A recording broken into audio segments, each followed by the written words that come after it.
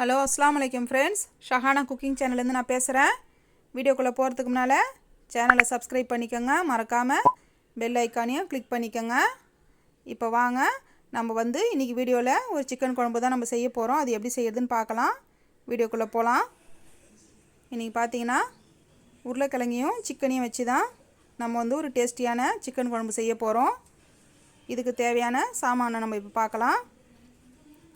இதுக்கு பார்த்தீங்கன்னா நான் ஒரு 3/4 கிலோ சிக்கனை நல்லா ஒரு 6-7 தண்ணி நல்லா நீட்டாக வாஷ் பண்ணி தண்ணி இல்லாத எடுத்து வச்சுக்கோங்க.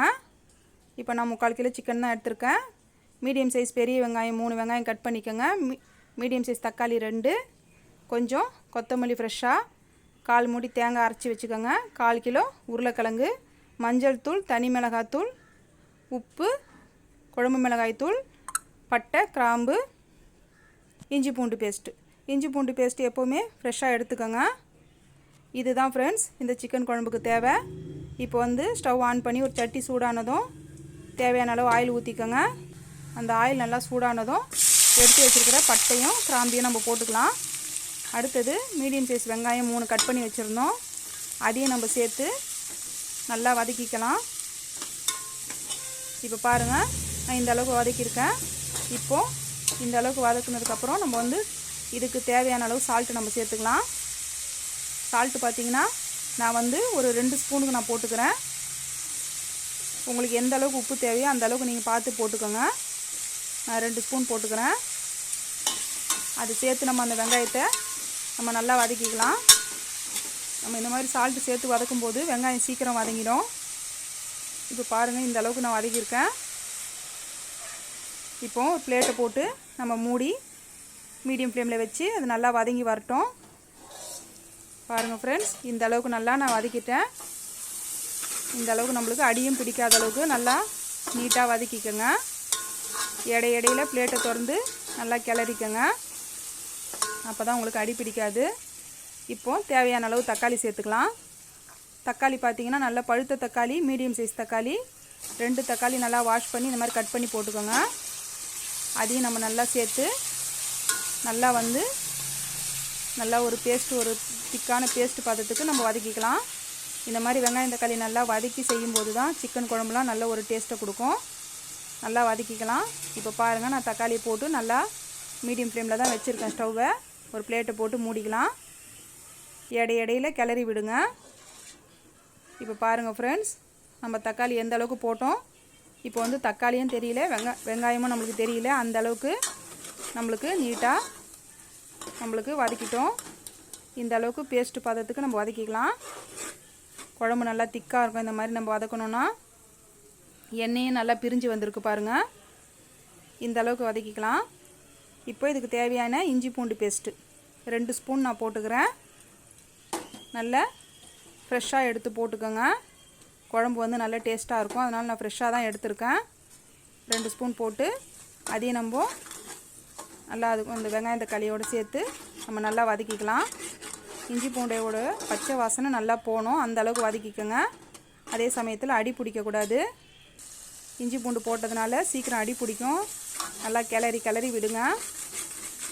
இந்த மாதிரி நம்ம அடி பிடிக்காத நல்லா வதக்கிக்கலாம்.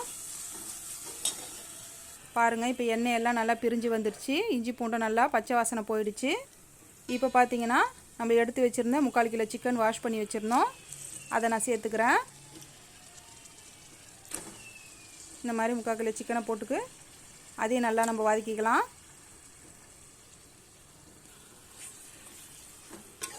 ஒரு 2 நிமிஷம் மட்டும் அந்த மசாலாலே அது நல்லா வதங்கட்டும்.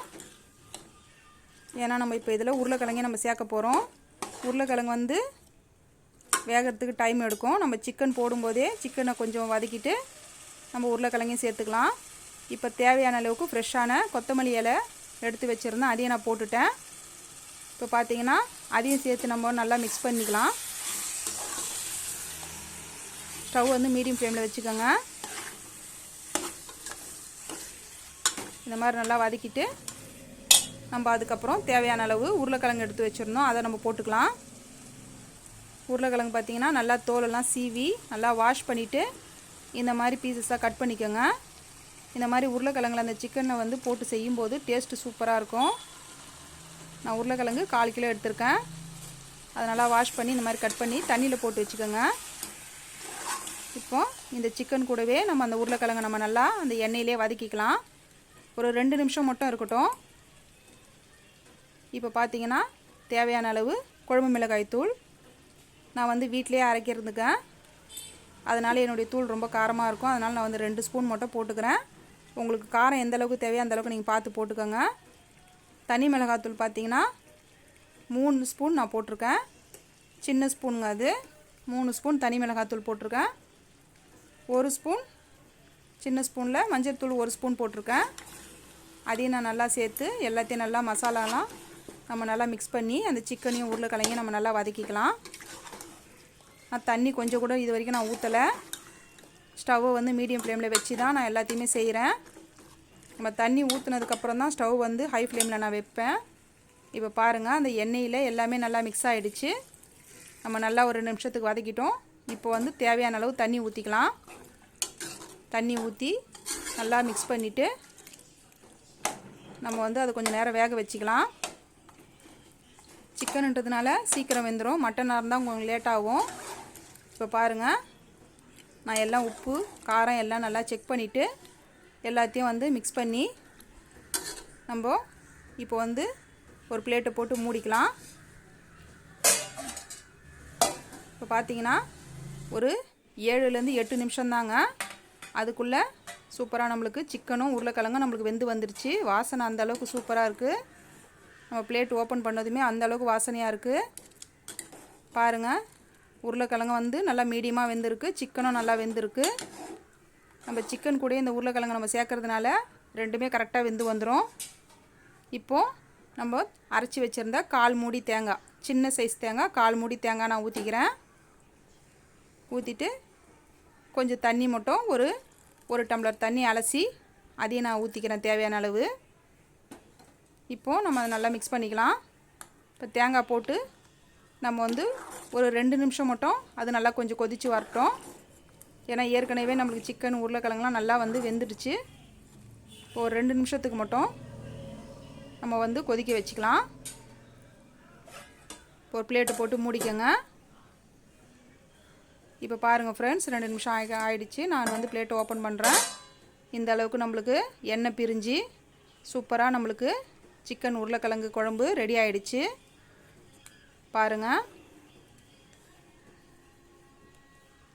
நல்லா வந்து சிக்கனும் நல்லா வெந்து நல்ல ஒரு சூப்பரான நம்மளுக்கு சிக்கன் உருளைக்கிழங்கு குழம்பு ரெடி ஆகிடுச்சு.